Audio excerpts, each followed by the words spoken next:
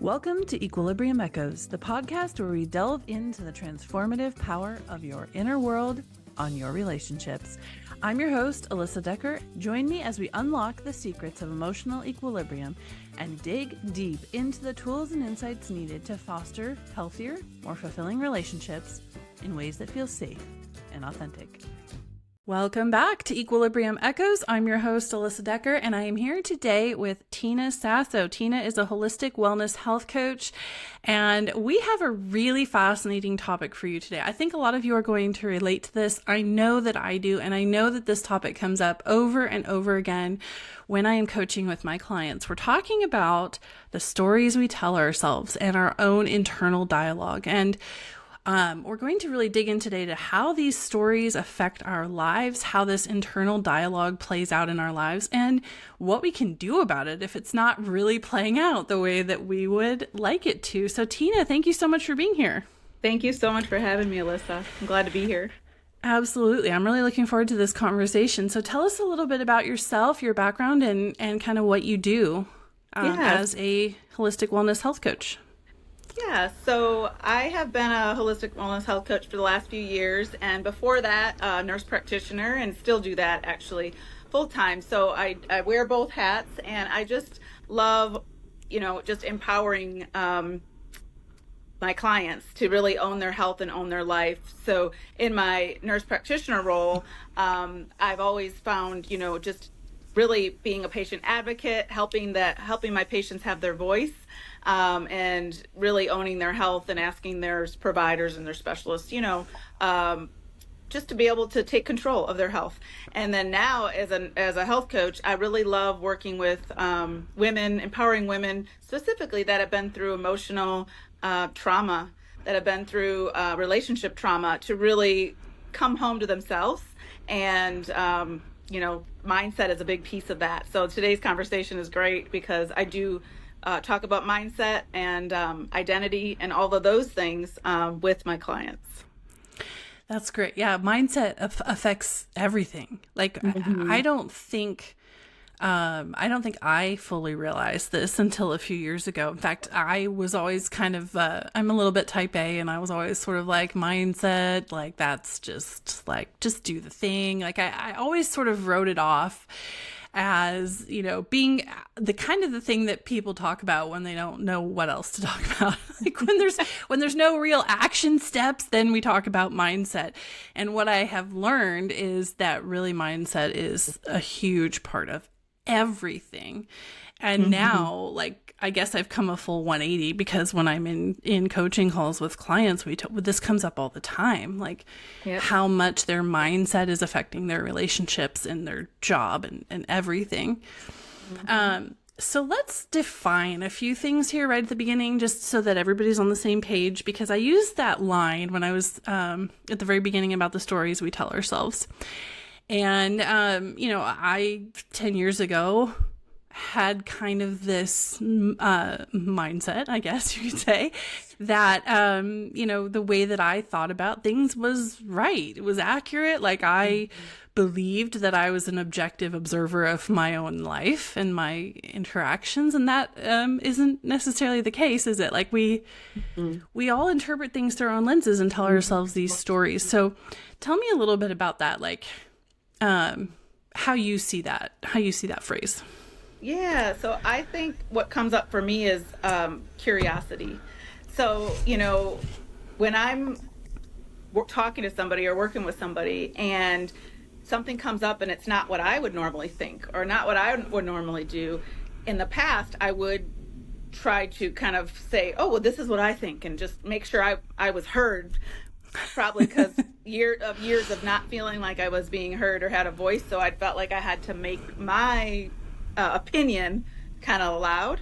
And now I'm learning through a lot of just healing and work and working with clients over the last few years to just sit back and get curious with where those thoughts are coming from that are coming up for me, the right and wrong kind of thinking, and to be curious with myself of why I believe that. Like, is it because my grandma said this, or because somebody else in my in the past did this or said this? Where is this belief of mine coming from, and then just giving space for the other person and being curious and asking them truly, oh, tell me more about that, or what do you mean by this, and really open-ended questions to get more information, because we all have a life of experiences of just, we're all just on this journey of figuring out who we are and coming back to ourselves and going away and coming back. And I feel like being curious with myself, my reactions, my thoughts, and also being really curious with the other person and asking those open-ended questions. Yeah, and a big part of that is, like you said, letting go of this right and wrong Yes. mindset, isn't it? Like it's so easy for us to get hung up on being right and who's right. And what did that look like for you to kind of work through that and realize that, like, a lot of the time it's not really about right and wrong, right? Yeah. So for me, I think for me, the big thing for me was a lot of the healing work I did about almost 2.5 years ago now. I was in a toxic relationship, and then at that point, I finally looked at my part in my relationships in the past, and why they, codependent, and why I was in these toxic relationships, and I was able to dig deep. So I went through a program for healing from narcissistic abuse, and then I also for me it was a faith-based program, and then I also went through EMDR, some trauma-informed therapy, and I really got to the root of where that was coming from. And for me, the feeling of right and wrong and really wanting to make sure my voice was heard is because I felt so suppressed in the beginning of that journey. I felt suppressed, like I need to make my voice loud. I need to make my opinion, clear. And then as I worked on really basically just healing that part of my heart and looking at and filling my heart up where there was a hole, as I healed, I got better at responding instead of reacting, listening and being curious instead of feeling like I needed to put my opinion out there really loudly to be heard. And for me, I feel like a lot of times the right and wrong and being very rigid with that means that there may be a place of healing that needs to happen still inside the person. At least that's my experience. Yeah. Yeah, that has been my experience as well. But man, that's a hard thing to wrap your head around if you're there, because it feels so dangerous. Maybe that's not the best word, but like you sort of feel like if I let go of this right and wrong thing, like it's all gonna crumble underneath me. Yeah. And it might actually feel like that for a while, right? Yeah, I think that's a good point. It almost provides us a sense of control, because if this is right and this is wrong, as long as I'm going right this way and following these guidelines, my life is good. And so I think that it can serve as a false sense of security, or false sense of security. So yeah, that's a really good point. But it is a false sense of security. Yes. It's not really true security. And it's so hard. Like, I say this with a complete compassion, because it's so hard when you're in that spot to see things any differently. Because that fear and that insecurity and that woundedness just keeps us like with this death grip on the perspective we have. We feel like it's keeping us safe. Yeah. And it feels very, very unsafe to let go of that. But that is often what's required to really start healing, is being willing to kind of let go and not hold so tightly, right? Yeah, and I think for me, that's where it's choosing faith over fear. So fear, for me too, the right and wrong and feeling like I have to do things really this way rigidly, like I've done all my life, which really wasn't working. So that's insanity. Trying to do the same thing, doing the same thing over and over, expecting a different result. I love that definition. But when I'm doing that, that's living in fear and not in faith. So stepping outside of what I've always done that wasn't working into faith, which I'm not sure exactly how it looks, what it looks like, it could be scary, is just really what I've had to do. I've had to let go of that fear, which is I always say false evidence appearing real. It's not reality, but the truth is. And so it's not easy. Yeah, like you said, it's very challenging. But once we can start taking steps away from fear and into faith, for me, it's my spiritual health. I can let go of a lot of those limiting beliefs and rigid thinking. Yeah.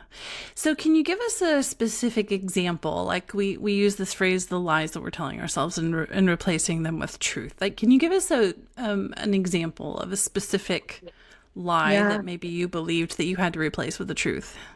Yeah. So my big lie that I worked with, especially 3 years ago with a counselor, was I'm not good enough. Mm, I'm not good enough. And when I did the work, when I worked with the counselor and did this other program, I dug deep.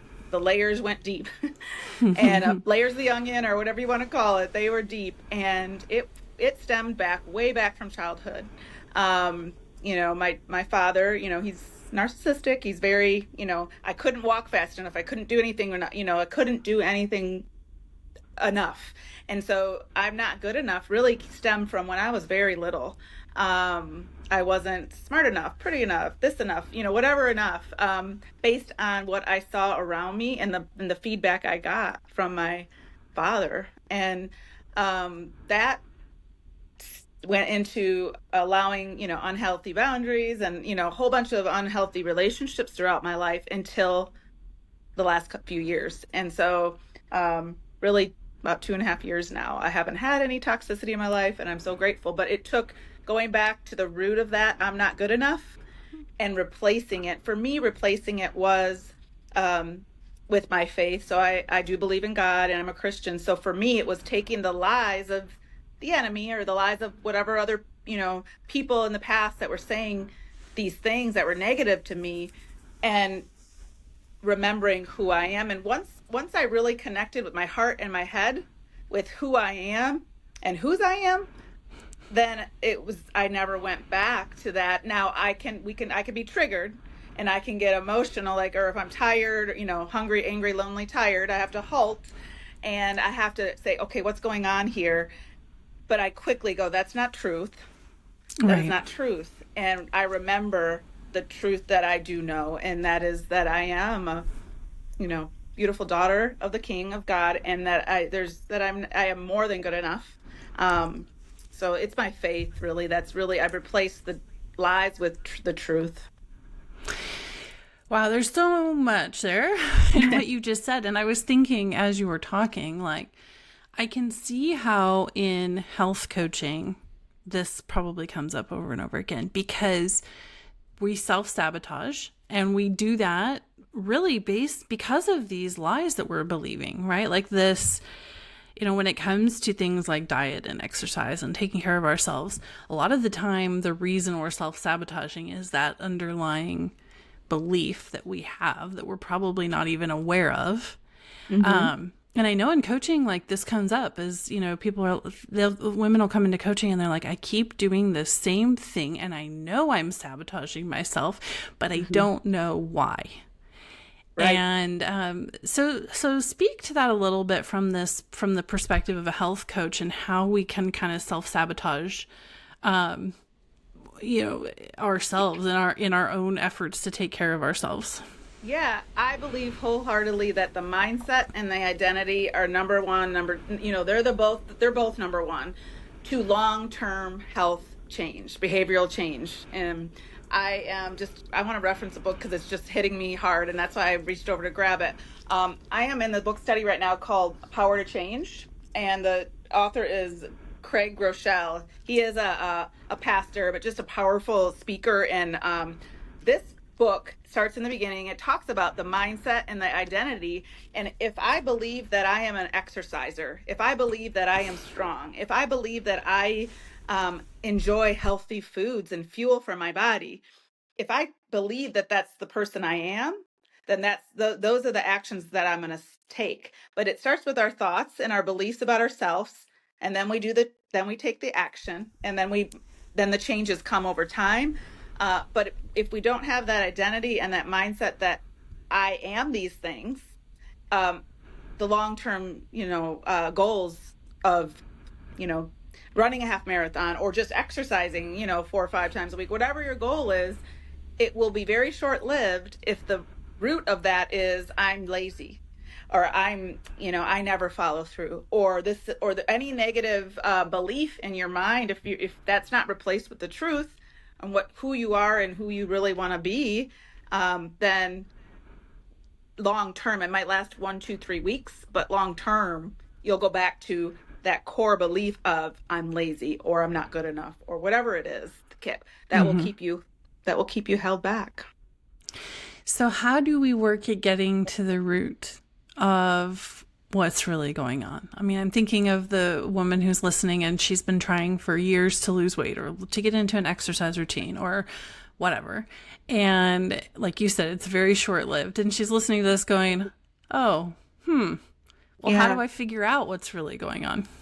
Yeah, and I think that for most people, a little bit of guidance and accountability can really help with this process, because doing it on your own, it's some people can, but it's really hard to do all on your own without the guidance of a good coach or somebody to guide you. And I think that having somebody to go through, another thing that's coming up for me is the 7 layers of why. And so this is something I've learned along the way and something that I do with clients. And it's really asking yourself, for example, like what you said, I want to lose 20 pounds or whatever the goal is for the person. Then if that's their goal, asking the one exercise is to do the 7 layers of why. So why do you want to lose the 20 pounds? I want to lose the 20 pounds so I can fit in my clothes better. Okay. Then why do you want to do that? And really going 7 layers, I say 7 to 10, but at least 7 layers deep usually uncovers a deeper reason. And when you get to that deeper reason, that's your internal intrinsic motivation. Because if I'm doing this losing 20 pounds to look good in a swimsuit for whatever vacation in 3 months, I mean, there could be some motivation there, and it could happen. But if you're able to get deep and ask those powerful questions and kind of go deep with the 7 layers of why, that can be your North Star to when you have a hard day and you want to grab that Snickers, or you don't want to go for the walk, or you want to, whatever it is, do something that is not in line with that goal. To meet that goal, you can remind yourself of that why and that true, North Star and reason for doing that, because it's really easy to get off track when we are, I said it before, but hungry, angry, lonely, tired. If we have those moments, if we can stop or halt and remember why we're doing this goal in the first place, but our true reason why. Maybe it's to be able to run with our grandchild or whatever it is, whatever the true reason is, the deep down reason, that's more likely to keep us or get us and keep us in those long-term health goals. Yes. Yes. I love that exercise, the 7 layers of why. And I use that with my clients. And, I've had people say, well, how do you know? How do you know when you've really gotten to the bottom of it? And what I say is if you keep going, you'll get to a place where you have this moment where you're like, oh, right? You have that realization, and you just, it's like you almost say something that you hadn't thought about before, and you hear it come out of your mouth and you're like, oh, like that aha moment. That's when you've gotten to the bottom of what's really going on. That's a good litmus. For me, I'm so emotional. I a lot of times say your why will make you cry because when I keep digging, usually I get all of my feels and I'm like, I get teary. So yes, when you think, oh my, wow, that, or if you just get a little more emotional, that usually means you probably hit a chord with a good part of at least why you want to do that, make that change. Yes. Yes. And this is why it doesn't work to just strong arm ourselves into doing something differently, right? Because we have all this stuff going on that we're not even consciously aware of. Yep. That is going to keep getting in our way. And we get locked in this cycle, don't we? Of like, we try and we fail and we try and we fail and we beat ourselves up and we just make it's like this self-perpetuating cycle of doom. Say we miss a day, right? And we have something like we have ice cream or we have a dessert or something. And instead of saying, okay, 80% of the time I'm eating good and 20% I'm not. I really believe in 80/20. That's what I do. But instead of doing that, we get so hard on ourselves and we say, oh, I can't do it. I only did it for 10 days, or only did it for 3 days, or only did it for 2 weeks. I just can't do it. This is not me. I'm just going to give up. And so instead of getting up, picking back up that next day and restarting, we just give it all. We just let it go. We just give up, and we use it as an excuse to throw it all away. Instead of just standing right back up and keep going. Well, I'm already off plan, so I might as well wait till Monday. And then Monday comes and you're like, well, I have this dinner thing. I should just, yes, we can talk ourselves into or out of pretty much anything, can't we? I have an example. So I love quiet time, and I like to call it, my mindful morning. I'm going to bring up another book. So a month ago, because I just did my 30-day today. So I would say, I'm going to do my quiet time in the morning, right? But then I would hit snooze. I would wake up to rush to my laptop to get online to do my little visit or whatever for 8 o'clock. And I would say, I'll do it later. So I'll do my quiet time before bed. Well, then and I'm too tired and I'm exhausted and I just go to bed. So that I'll do it tomorrow morning. So anyway, the cycle would keep going. And some days I would do it and some days I wouldn't. I was never consistent every single day. And then I learned it's called The Miracle Morning by Hal Elrod. And I was like, that for me, I need reminders. And for me, when I have something that I can kind of get in a daily activity or certain days of the week, I do better with that. And so I started, and it has an app and you check off. And so I started doing the Miracle Morning 30 days ago. Today was day 30. And every morning I get excited to get up. I don't hit my snooze, and I go to a space that's just for my mind. I call it my mindful morning, but I sit in the corner, do my thing, and it's made a huge difference. And without that, without that little check, that little app, and making sure I did it every day, I would have kept pushing it off. So for me, I'm really good at checking off, and I know what I need. And so everybody needs something different. And some people that would be, they would love that. And other people are like, oh no, that's way too structured. And I just want to be able to do it anytime. And that's everyone's different.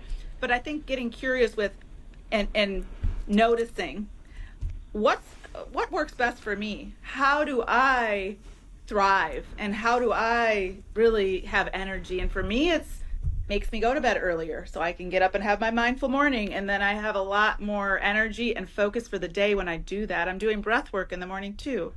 So I would just encourage anyone to get curious on, okay, in the past, what's worked well for me? When I felt really good, when I was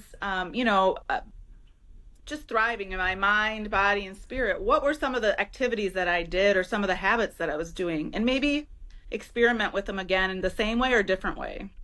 Yeah, because all of that, really, it feeds our souls. If we're not doing those things for ourselves intentionally, especially as women, we won't do them. And then we get so depleted that we don't even really have the energy to try to lose weight or try to exercise. And again, with this self-perpetuating vicious cycle, right? Have you heard of the Four Tendencies? I don't think so. It's a book. My turn to grab a book. Yes. I learned about this recently. It's the Four Tendencies by Gretchen Rubin.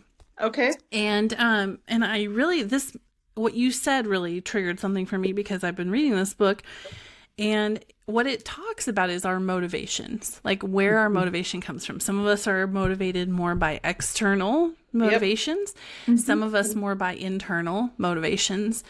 And knowing that about ourselves is how we can create this structure of accountability.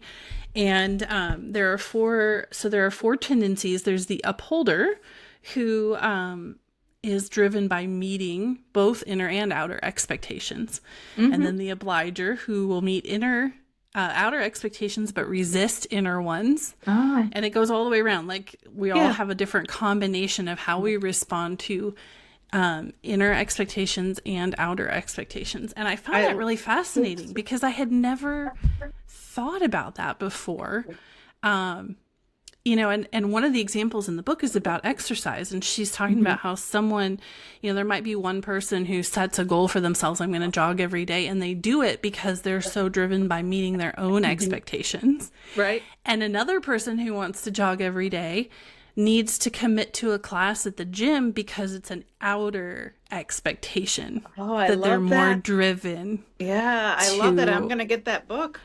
It's really fascinating. And I think it is applicable to this conversation because part of breaking out of these cycles, like you said, is learning how we're motivated, what drives us. And like a lot of times I think we don't even know as women. Like we get so stuck in, we're just in this like, do the next thing, do the next thing, do the next thing, that we don't even know these things. About ourselves, right? Well, we rarely take 10 minutes a day just to sit. Yes. And that's why I think like having that quiet time, whatever you want to call it, mindful morning, miracle morning, but having some time to just sit and reflect on how did the day go for me? What came up for me? What were some of the feelings I had, and were there any triggers, or were there anything that was, synchronicities, things that happened that kind of like, oh, I'm connecting the dots with things. Like we don't ever sit to just process, how am I feeling in my body, in my mind, in my life? We just kind of go on autopilot a lot of times, I feel like. Yeah. I don't think we even know sometimes how to do that. Like I know that like something I've really had to work on over the last couple of years is taking the time to think about my emotions and what they're telling me. And because I would never stop, like you said, and I'd have a big reaction to something and I'd be like, okay, I just got to move on to the next thing. Instead of really digging into, okay, why did I react that way? What is underneath that feeling? What did that experience, like all of those things, that mindfulness of like understanding what's going on in our own minds and hearts. We're terrible at that. Yeah. And I think getting curious too, and and being just really aware of what we are saying. Our words are powerful. So instead, and when trying to transition even, so instead of saying I'm terrible at reflecting, instead of saying that, choosing to say I am committing to taking 5 minutes a day to just being quiet and reflecting on my day. And just even if we start there, it could be 1 or 2 minutes to start. And then it could be more than that after that, It doesn't have to be 30 to 60 minutes, how I'm doing every morning. It could just be a few minutes to start. And then grow from there. But I'm catching myself when I'm having a moment where I want to say should, or when I want to say, shoulding is shaming, but when I want to say should, or when I want to be hard on myself, I catch myself now, and I try to, and even saying I'm kind of going on the different words we say, but catching myself now to not say I'm sorry. When I get on late to a call or something, I say, thank you so much for your patience. I had a little issue, connecting. I still say it, I'm sure sometimes, but I try now to not say I'm sorry, because that's kind of, think about what you're saying. Right. I'm not a sorry individual. So I know we use it and I know what it means. At the same time, I'm like, I try to be more careful about the words I'm saying about myself and just putting out in the world. So I think that's also powerful. I love that about I'm sorry, because I think I have definitely been an over apologizer in my life. And I saw something recently on Facebook, and I wish I could remember who to credit, but he was basically saying apologies should be reserved for wrongdoing. Yeah. And we have a tendency to apologize when people have to make accommodation for us. Yes. And that's just like part of relationship. Right. But when we apologize because people have to make accommodations for us, what we're saying is, I'm not as important as you are. My time is not as important as your time is. And so I Yes. love the way that you reframed that. Like, thank you for your patience. I was having trouble connecting. That is a very different message for our Yeah. bodies than I am so sorry. Yeah. Yeah. It's I was connected five to our minutes late. self-worth. Yes. Yeah. Yeah. It really, yes, that's so powerful because it really is. Give me another example because I think this is really critical for a lot of people to understand. What's another way that we do this that we can reframe? Let me think. Hmm.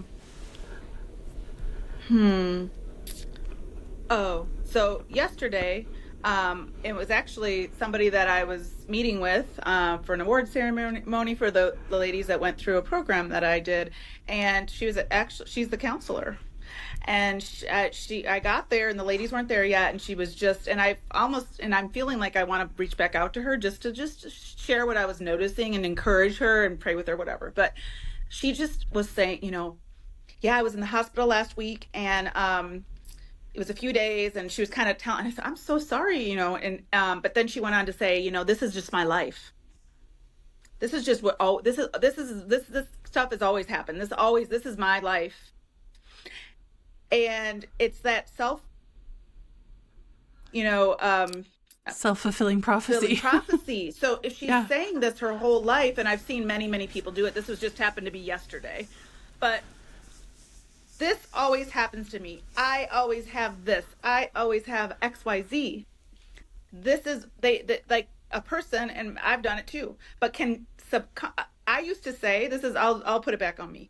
I used to say, I have a broken picker with relationships. I Mm. used to really say, I have a broken picker. Well, guess what? My picker was broken for a long time. So I now, after a lot of healing work, it's definitely more than just the phrase. Obviously, I've done a lot of work, inner work, but at the same time, and I don't say but a lot. I say and now more than I say but, because it cancels out everything ahead of it. But and um, I also now believe that the next relationship that I'm in is going to be a healthy one. And it's Mm. not going to be, I don't believe I have a broken picker now. When I used to believe that, I lived it out. When this person Right. believes she's going to go in the hospital over and over because this happens and that happens, it probably will. So what if you think, there's a quote, and I can't remember who it is either. But if you think you will, you're probably right. Mm-hmm. So Yeah.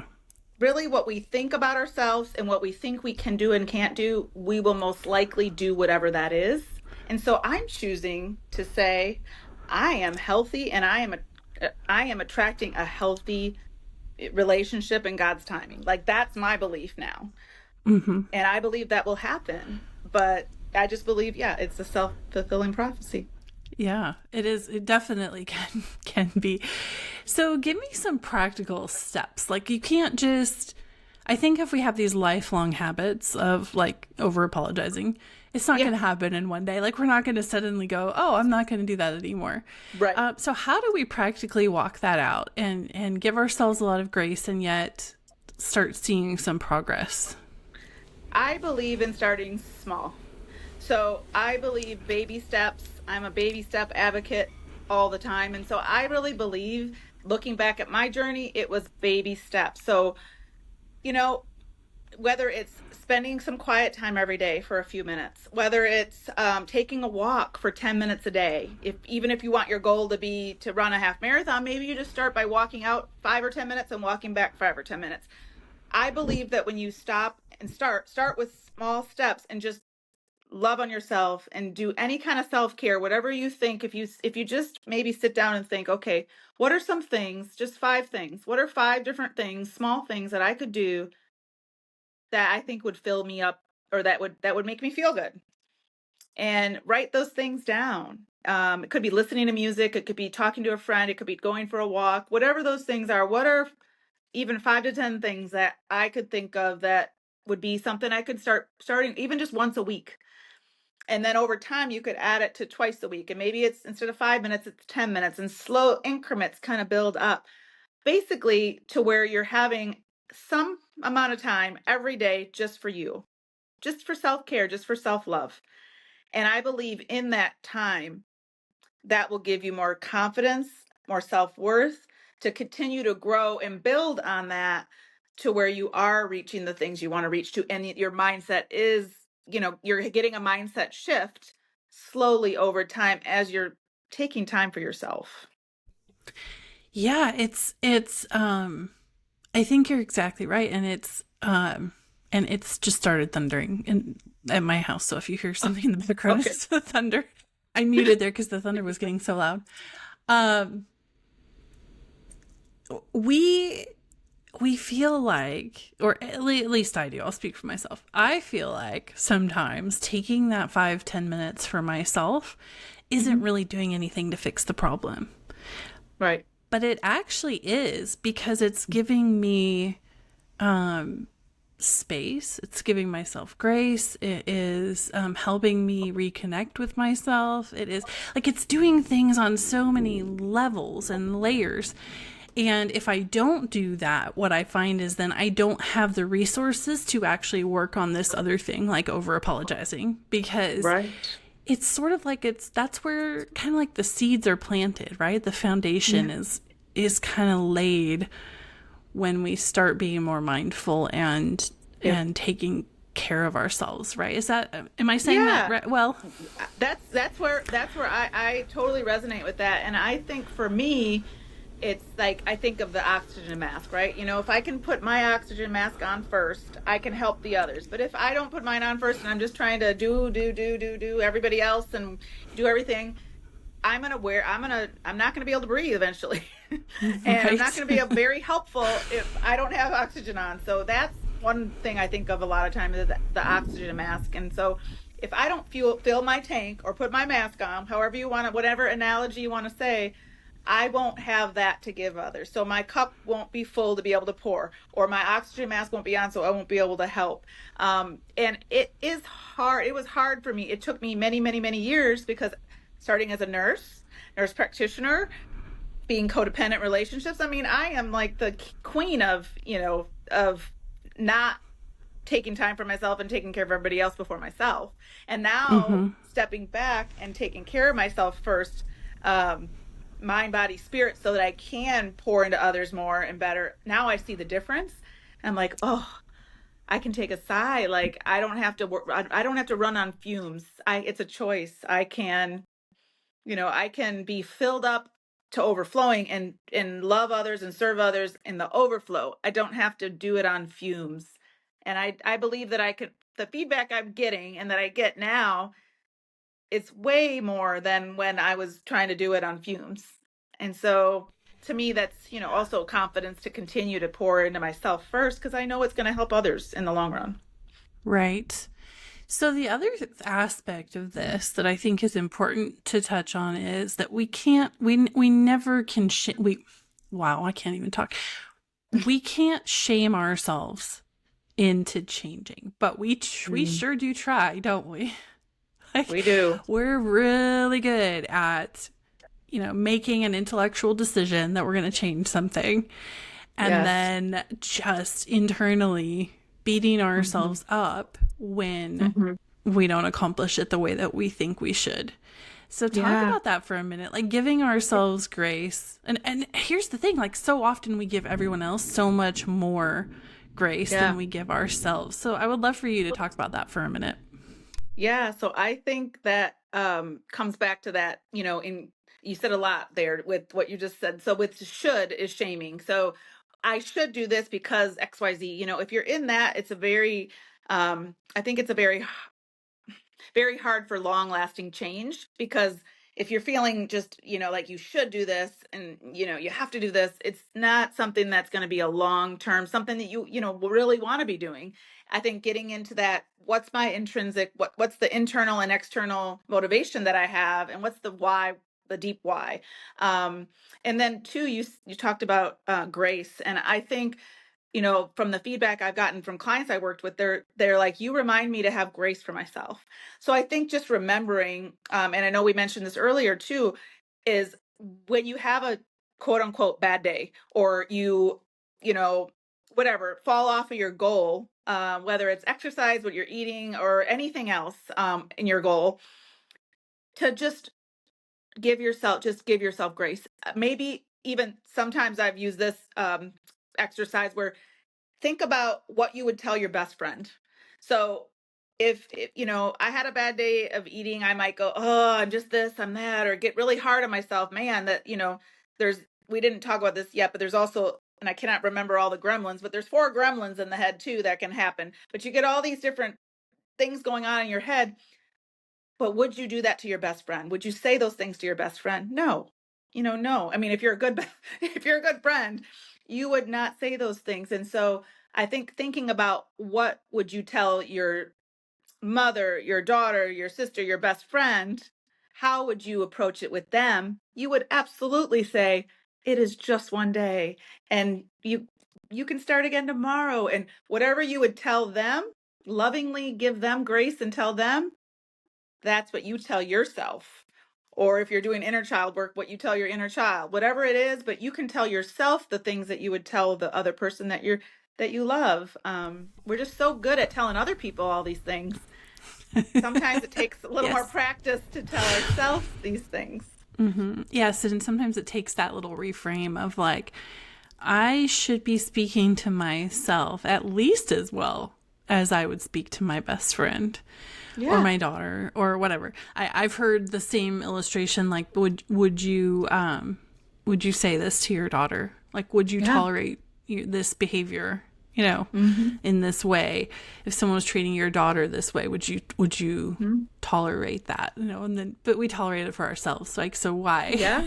Why are we doing that? I've told some of my best friends, please don't talk about my friend like that. They're talking negatively about themselves, negative self-talk. And I just look and I say, please don't talk about my friend that way. And then it just helps in that moment. They're like, oh, wow, you're right. I am talking pretty bad about myself right now. Sometimes it's not, we don't even think about it. And we just say something, but we don't realize the power that it has over our thoughts, really affect our actions, and our actions are, our long-term, it really can affect our life. So, yeah, I just everything. It can affect everything. Topic. Yeah, absolutely. All right. So tell us where people can connect with you, how they can get a hold of some of your resources and find you online. Yeah, so right now I am on LinkedIn, so you can find me Tina Sasso on LinkedIn, and then also there is a private Facebook group, Tina Sasso Love Your Health, and so you can find me in there.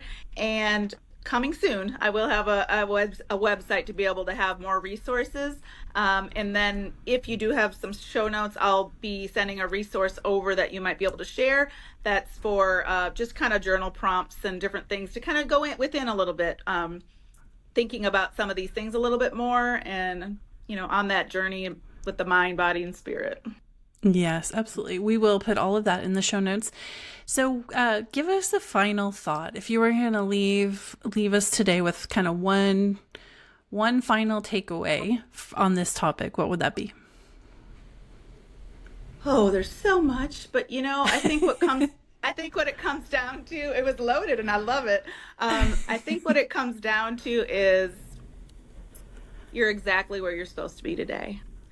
I think if that is the one thing that I've reminded myself to give myself grace, and along this healing journey and along just growing and learning and growing in my mind, body, spirit, is you're exactly where you're supposed to be today. And just taking things one day at a time and learning and growing at your pace, and just remembering you're exactly where you're supposed to be today. And the last thing I'm going to say is it's all things work together for the good. It is my favorite verse, but it is a Bible verse. But all things work together for the good, even the things that don't feel good. And so, but yeah, just coming back to that, you're exactly where you're supposed to be today. So just soak it up. You can take it one day at a time, and keep learning and growing. I love that. Well, thank you so much, Tina, for taking the time to be with us today.